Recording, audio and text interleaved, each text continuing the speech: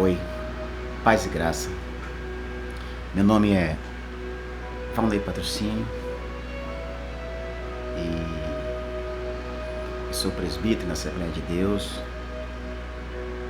Gostaria de compartilhar aqui, neste meu canal, Teologia Bíblica Livre Pentecostal, uma meditação num texto de 1 Coríntios, capítulo 2, versículo 1, 2 e 3, que diz assim. A gente vai fazer a leitura e dar uma breve opinião sobre algumas circunstâncias. Esse 1 Coríntios é uma carta paulina. No capítulo 2, Paulo vai mostrar um pouquinho do caráter da sua pregação. E esse modelo paulino, ele acaba sendo para nós fonte de inspiração, fonte de modelo. Diz assim a palavra. 1 Coríntios capítulo 2, do verso 1 ao verso 3, diz assim: E eu, irmãos, quando fui ter convosco, anunciando-vos o testemunho de Deus, não fui com sublimidade de palavras ou de sabedoria, porque nada me propus saber entre vós, senão a Jesus Cristo, e este crucificado. E eu estive convosco em fraqueza, em temor e em grande tremor. Eu vou ler também o versículo 4 e 5, que diz assim: A minha palavra e a minha pregação não consistiram em palavras persuasivas de sabedoria humana, mas em demonstração do Espírito e de poder, para que a vossa fé não se apoiasse em sabedoria dos homens, mas no poder de Deus.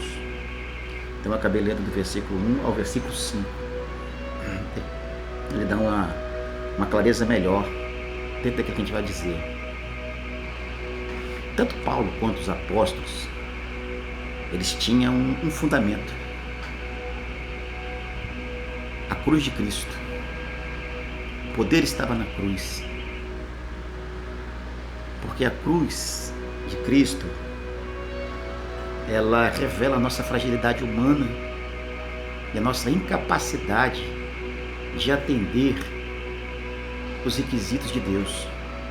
E foi necessário Jesus se encarnar e se oferecer como um sacrifício para suprir todas as dependências de nós seres humanos, para nos unir novamente com Deus.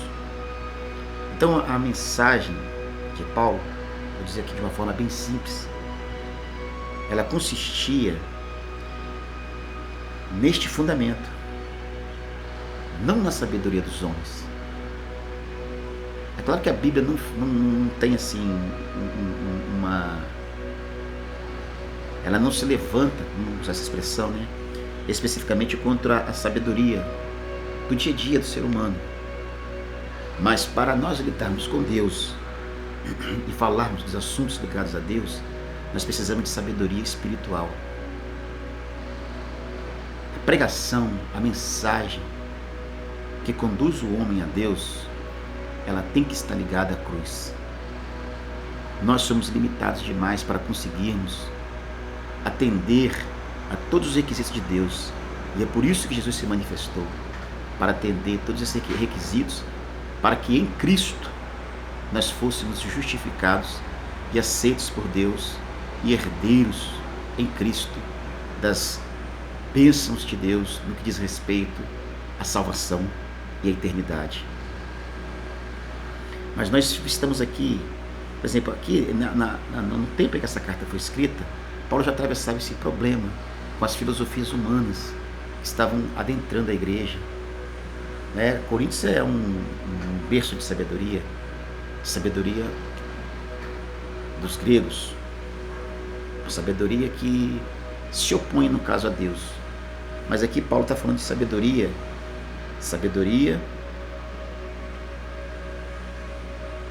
em termos daquilo que é revelado por Deus, mediante o poder de Deus. Há uma fragilidade de Paulo, uma fragilidade na sua argumentação. Então ele demonstra toda a dependência do poder do Espírito Santo para convencer o homem do pecado, da justiça e do juízo. Não é as nossas táticas que convertem o homem, mas é a ação do Espírito Santo revelado na vida daquele que para ouvir a pregação do Evangelho.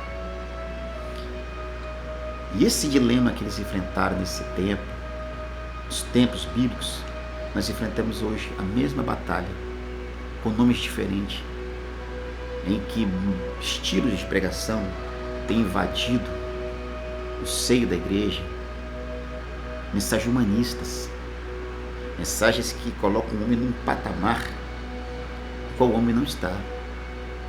A Bíblia diz que todos pecaram e destituídos da glória de Deus. Então a cruz revela essa fragilidade nossa. E os homens não querem admitir a sua fragilidade. E essa falta de admissão pode custar muito caro, pode custar a comunhão. Então é necessário que os pregadores da palavra de Deus tenham o temor de Paulo.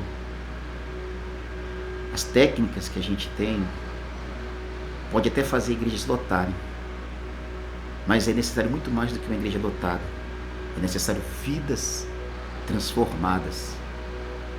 Não é uma transformação econômica, não é uma transformação financeira, não são transformações de níveis pessoais, mas são transformações reais, interiorizadas no homem, que só o Espírito Santo pode fazer mediante a legítima pregação do Evangelho, que chama o homem ao arrependimento, mostrando-lhe de que ele é um pecador e de que necessita do perdão divino, que necessita da cobertura do sangue de Cristo para ser aceito por Deus.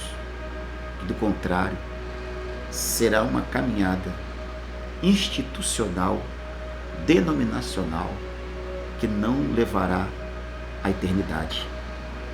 Mas Deus tem projetos grandiosos para o ser humano, projeto de salvação. Deus abençoe e abra a mente. E eu te convido você a ser um leitor bíblico verdadeiro. Lendo a palavra do Senhor, você vai se surpreender com as mensagens que você ouve e com aquilo que a palavra diz. E você terá diante de ti uma escolha. Ou você fica com as argumentações humanistas, ou você fica com a palavra de Deus. Porque as duas não caminham juntas. Uma conduz à eternidade e outra à perdição eterna. Mas que o Senhor possa iluminar a tua mente, para que em tempo oportuno você possa compreender a verdade e assim caminhar na direção correta em nome de Jesus. Deus te abençoe.